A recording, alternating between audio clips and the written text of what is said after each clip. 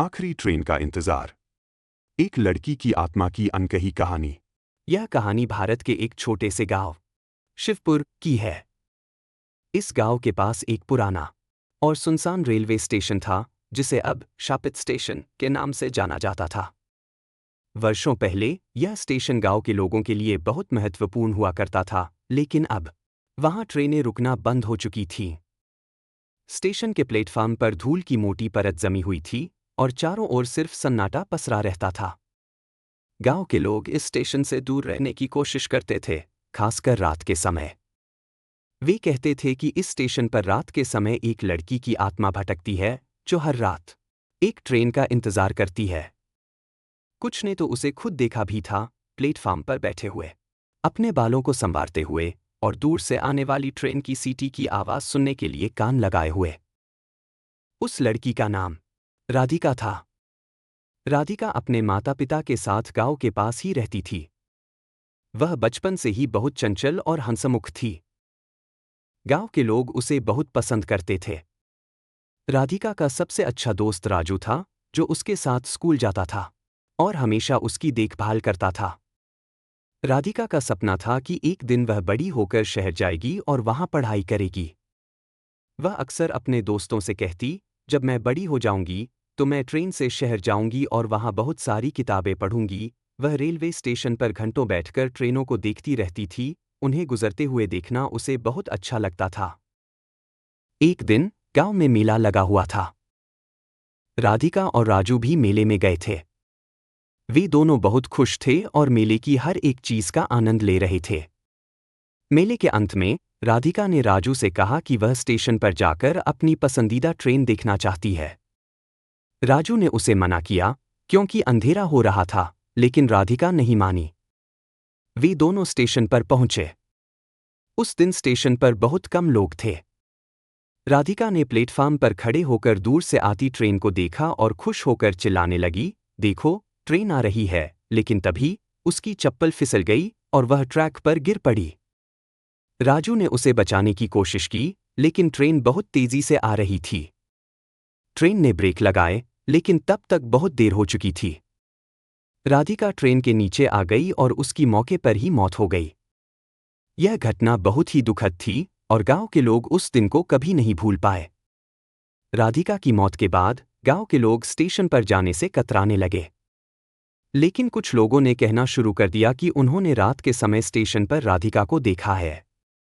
वह हमेशा ट्रेन के आने की दिशा में खड़ी रहती, जैसे किसी का इंतजार कर रही हो। शाम होते ही स्टेशन पर अजीब अजीब सी घटनाएं होने लगीं। ट्रेन की सीटी सुनाई देने लगी, लेकिन कोई ट्रेन नहीं आती थी। प्लेटफार्म पर कदमों की आवाज सुनाई देती, लेकिन कोई दिखाई नहीं देता। लोग डरकर स्टेशन के पास भी नहीं जाते थे। राजू, जो अब जवान हो चुका था, अपने दोस्त राधिका की मौत से कभी उबर नहीं पाया। उसे अक्सर सपने में राधिका दिखाई देती, जो उससे कहती, राजू, मुझे ट्रेन की सवारी करनी है। मुझे ट्रेन से शहर जाना है। राजू को समझ नहीं आ रहा था कि राधिका की आत्मा क्यों भटक रही है और उसे कैसे शांति मिलेगी। एक दिन उसने फैसला किया कि वह राधिका की आत्मा से मिलकर सच का पता लगाएगा। वह रात के समय स्टेशन गया, जब पूरा गांव सो रहा था। स्टेशन पर पहुंचकर उसने देखा कि राधिका सच में वहां खड़ी है। उसकी आत्मा सफेद कपड़ों में लिपटी हुई थी और वह उसी तरह ट्रेन की दिशा में देख रही थी, जैसे वह उस दिन देख रही थी। राजू ने हिम्मत जुटाकर राधिका की आत्मा से पूछा, राधिका, तुम यहाँ क्यों हो? तुम क्या चाहती हो? राधिका की आत्मा ने धीरे धीरे उसकी ओर देखा और बोली, मुझे ट्रेन से शहर जाना था, मेरा सपना अधूरा रह गया। राजू को समझ में आ गया कि राधिका की आत्मा ट्रेन की प्रतीक्षा इसलिए कर रही थी क्योंकि उसका सपना अधूरा रह गया था। राजू ने सोचा कि अगर वह राधिका की आत्मा को शहर ले जा सके, तो शायद उसे शांति मिल जाए। अगले दिन राजू ने एक पुरानी ट्रेन के ड्राइवर से बात की और उसे सारी कहानी बताई। ड्राइवर मान गया और उसने कहा कि वह रात को ट्रेन लेकर स्टेशन पर आएगा। रात को राजू, ड्राइवर और गांव के कुछ बुजुर्ग स्टेशन पर आए। राधिका की आत्मा पहले से ही वहां खड़ी थी। जैसे ही ट्रेन स्टेशन पर आई, राधिका की आत्मा ने राजू की ओर देखा और उसकी आंखों में खुशी के आंसू आ गए। वह धीरे धीरे ट्रेन के पास गई और उसमें चढ़ गई। ट्रेन ने धीरे धीरे स्टेशन छोड़ दिया और राधिका की आत्मा ने राजू को अंतिम विदाई दी।